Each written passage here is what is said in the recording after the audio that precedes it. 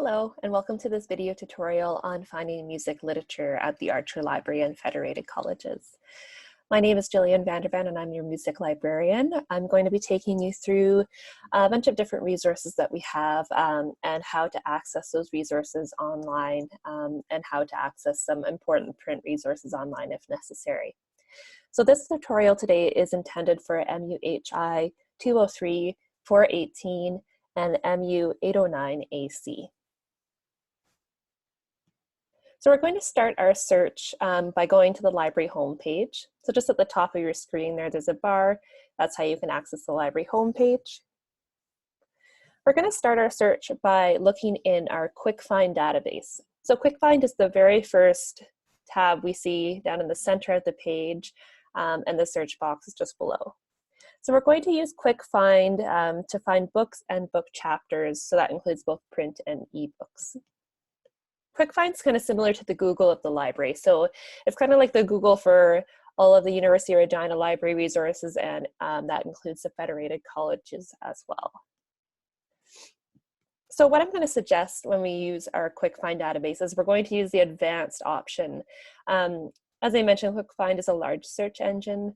So you're going to get lots of books, but we're also going to get all different types of literature. So that's including like videos and CDs and newspapers and all sorts of things like that. So clicking on our advanced search here, we're going to be presented with a more fill-in-the-blank type of format, which is a little bit easier to work with, I find. So since Beethoven would have celebrated his 250th birthday in 2020, I'm going to use him as my example. So what I'm going to do is I'm just going to type in his name, so the composer name, into my first search box. And I'm going to tell Quick Find that I'm only looking for books. So this tab here is called Resource Type. If I open that up, I can select books only for my search. For our search, we only want to be looking for resources within the last 30 years. So what we can do is we can set our publication date range right away, select specific date, and then we don't have to worry about anything coming up that doesn't qualify for what we're looking for. So we're going to try, even though our date range is set to the last 30 years, we're still going to look through our results and ensure that we're retrieving the most relevant and recent items. Most often, authors of recent publications usually include summaries, or they've referenced or cited some of the older works on a similar topic in some way. So you don't have to usually worry about missing out on too much data if you're getting the most recent resource. So that being said, we're going to launch our search. Okay, so if we scroll down a little bit here, we have all our results below. So to look at an item, we're just going to click on the title of the bibliographic record. And that's going to open up this item. This is an online book. So I can see that, so underneath the actual title, it tells me online access. And here is the link to actually access that item. So clicking on this ebook central, that's where that little ebook lives. If we click on that and open it, we can go ahead and read that book. So that's fairly straightforward. If we come across something that is only in print, so if I continue to scroll, our third item here, you can see available at, and it says Archer Library, and there's the call number. So that's just a book in print only. So the first thing we want to do before we decide that this is something we really need is we're going to open our record, and we're going to scroll down, and we're going to look at the information about this item. So down in the details here, there's not a ton of information on this one in particular, but there are links to table of contents. So what I would recommend you doing is looking at the table of contents to one, ensure that it's actually something that is going to fit with your assignment and something that's helpful, and two, to find out what section of that book you need. So what we're doing is we have a digitization link, so you can request a print book from the library, and what they'll do is they'll digitize that section for you, and then they'll email you that section as a PDF. So I'm just going to step away briefly from Quick Find, going to the Archer Library. So how you would do that is if you click on this red banner here on the home page, pretty hard to miss, It's going to take you to this page. It's just updated services that the library has available. And if you scroll down kind of near the bottom here, there is a link for digitization request form. So if that is a print book that we want, I'm going to open up the digital request form. I'm going to begin a session. And I'm going to fill out the required fields. Okay, so don't worry too much about course name and number of students. That's more intended for faculty. So you can just leave those blank or put NA. And then since we looked at the table of contents, we know exactly what page numbers or what chapter we want. So we can only do 10% or a single chapter of any book. That just helps us comply with the copyright law in Canada. So we can't unfortunately do the entire book, but look at your table of contents, pick out the sections that you would like, and then submit your form. So this, the length of time that comes back to you can kind of vary, so it depends how many requests we have waiting in the queue at any given time. But if it's longer than 4 or 5 days, just send me an email and I can kind of get back to you about where that request is. So keep that in mind. So that's what we're going to do in Quick Find, searching for books and ebooks that way. So some ebooks, a lot of publishers are trying to be helpful and allow unlimited use and open up more of their collection, even if we don't usually have a subscription to it. But some ebooks still will only allow a limited number of simultaneous users. So in that case, if you open up the book or you try to open up the book and it kind of boots you out or says it's reached the maximum number of users, just simply close and just try and re-enter in half an hour or so, and that should let you in. But again, if you're having issues, please send me an email. Barb's also reminded me to let you know to check your courses regularly for additional resources. She's going to continue to link and resources in there and try and help you along with your research. Okay. So we're going to move on to Grove Music Online. So I'm going to go back to our library homepage here. And we're going to access the rest of our resources through this database tab on the homepage.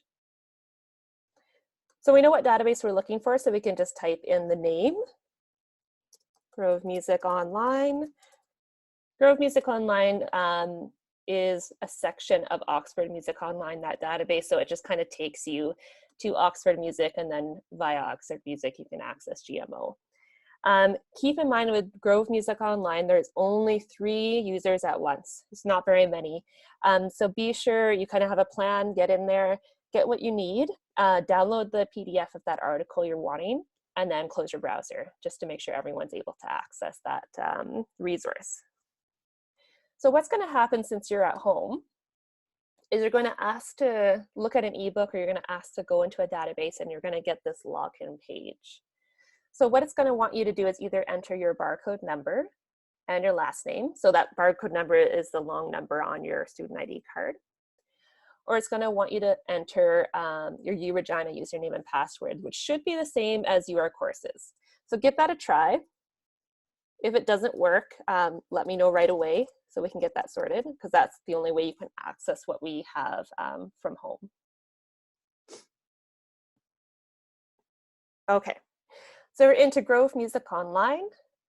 What we're looking for in Grove Music Online is our biographical entry and information on the works of your composer. So what I'm going to do is I'm just going to type in my composer name. You may need to enter your entire composer name depending on who you're looking at. For example, Bach has quite a few relatives and brothers and sisters, so be specific in what you're looking for. So I'm just going to search Bach or Beethoven, sorry. And what we're going to do is use the modifier search options on the left-hand side of the screen. So if I scroll down, I can tell it I'm only looking for biographical articles. So there's lots of other different things we can find in here. And I'm going to update that. So just a quick note while that's loading. For MUHI 203 students, Barb has already posted a folder with excerpts from GMO entries on Bach, Handel, and Vivaldi on your courses for you to use. So you don't need to come into Grove Music Online unless you're looking for something else. But everyone else should be looking in this, on this database for their biographical articles. Okay, so it comes right to the top, my Ludwig van Beethoven. I can click on the title here, and that's going to open my article. So like I mentioned, you can download the PDF from this point. So if I look on the right-hand side at the top, there's a little PDF icon, and that will allow you to download this, and then you can close your browser so someone else can get it. There's a little table of contents or index on the left-hand side here. So information on his works, different periods of his life, and so on. There is a citation button. It looks like a little pencil up here right by the PDF. And clicking on that will create a citation for you in Chicago style. Do make sure that you select Chicago style. It will default to APA. Okay, so it's formatted for us citation in Chicago citation style. So it's done about 90% of the work for us, which is great. So we want to make sure we're copying and pasting this into our assignment, but we need the hanging indent, and we need to ensure that things like the Grove Music Online, you can see is in italics. Sometimes when you copy and paste, you lose some of that formatting. So just make sure that it's maintain that as you shift it over to your Word document or wherever it's going. So one important note, so this is Grove Music Online. There's lots of different databases kind of under the Oxford Music Online platform. Entries from the Oxford Dictionary of Music and the Oxford Companion to Music are not suitable for your assignment because they are not peer reviewed. So just keep that in mind. You can use them, but not for this assignment. All right. So we're going to move along to ProQuest dissertations and theses. That's our next database. So in here, we're going to be looking for a dissertation or a thesis on our topic. So if you just type in ProQuest, that should be enough to bring it up. Search that database. Right here, ProQuest dissertations and theses. Unlimited database, so don't feel rushed in here. You can get in and kind of cruise around for a little bit. Okay. And what I'm going to do is I'm going to type in my composer name, and I'm also going to tell it I'm looking specifically for information on his Fifth Symphony. So what I've done here is I've typed in my composer name, and I've included this operator or joining operator and. So if I type and in all caps, it recognizes that as a join between the two concepts. So my second concept here, Fifth Symphony, is in quotations, just so it finds more than one word or sees this more than one word concept as a single concept, rather than looking just for fifth or just for symphony on its own. Okay, so in ProQuest, we're looking to limit your search to the last 20 years. So I'm going to do that right away here. On the left-hand side, I'm going to enter a date range. So 2000 to 2020. I'm going to update. And now that I have all my parameters set, I can start to look through the results I've retrieved to find something that matches my search. So just like in Quick Find, we can open up the item. So the full text PDF is right here, but there's abstract and details too.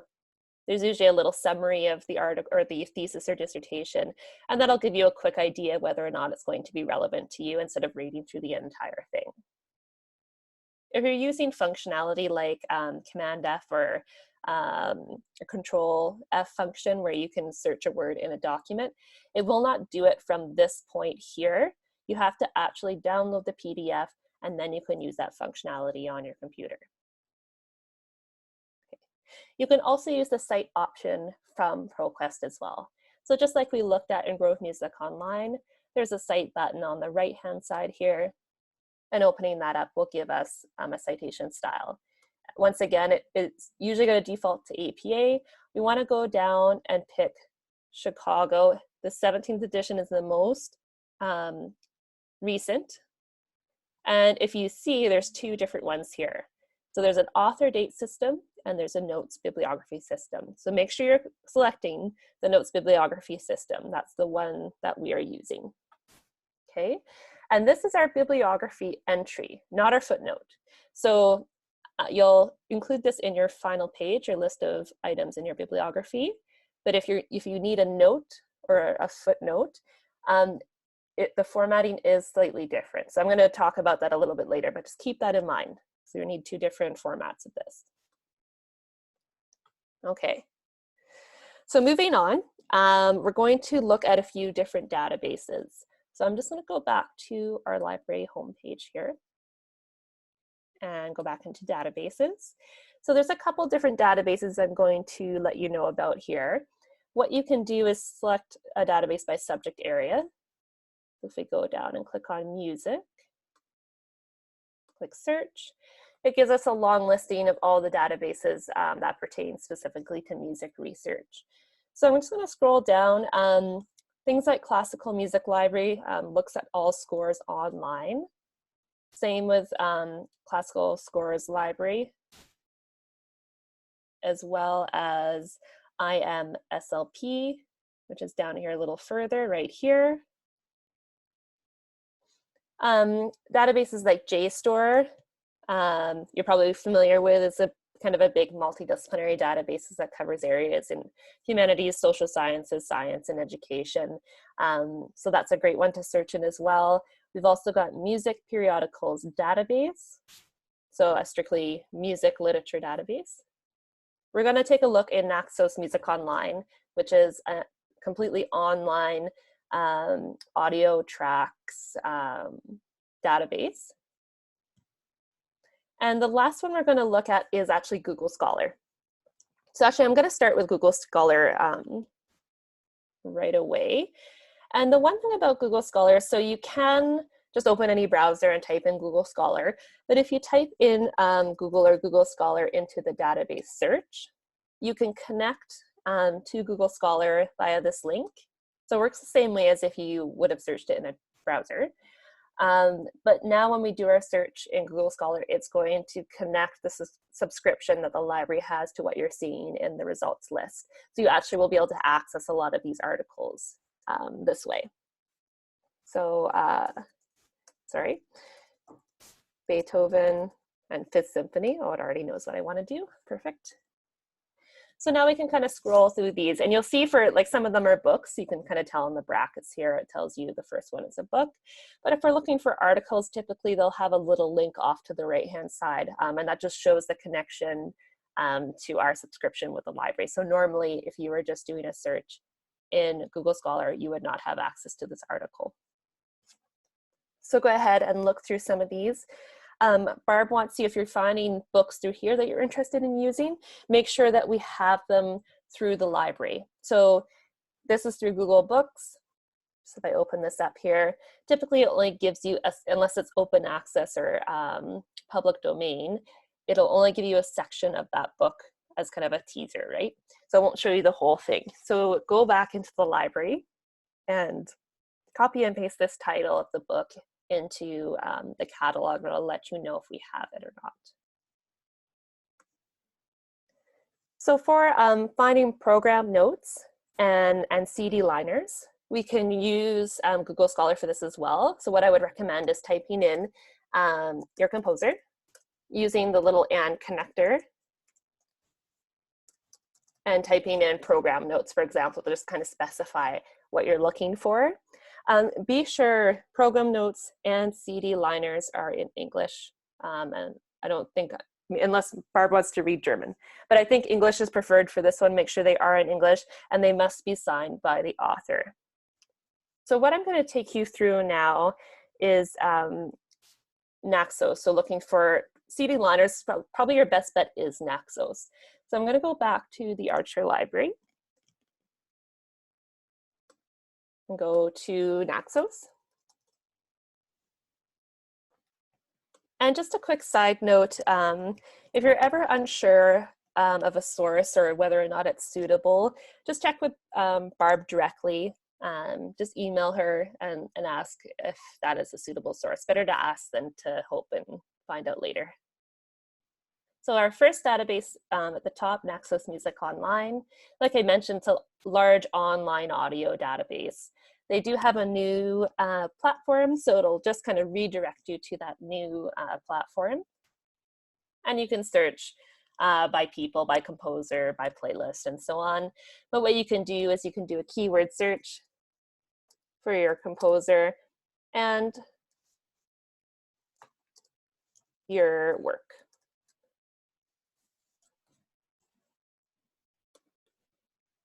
Okay, so it'll give you the CDs where that particular work is found. So clicking on the CD itself, it'll give you the actual audio tracks. And then when you look to the left, this is where you might find liner notes. And I say might because not every single one will have liner notes. You may need to kind of jump around a bit. So this one has a link to the back cover image, which probably isn't going to be too helpful to me, right? It's just kind of like the back of the CD. So I might go and look at another one here. Okay, so that's what it's going to be called most likely. It's mostly just going to be called a booklet. So if we open up the booklet, it's going to give us the liner notes that are connected to that particular recording. So if I scroll down here, you can see they're actually quite helpful. They have a really good write-up about all the pieces, maybe the composer, the performers, the orchestra, whatever it is. So there's some good information in there.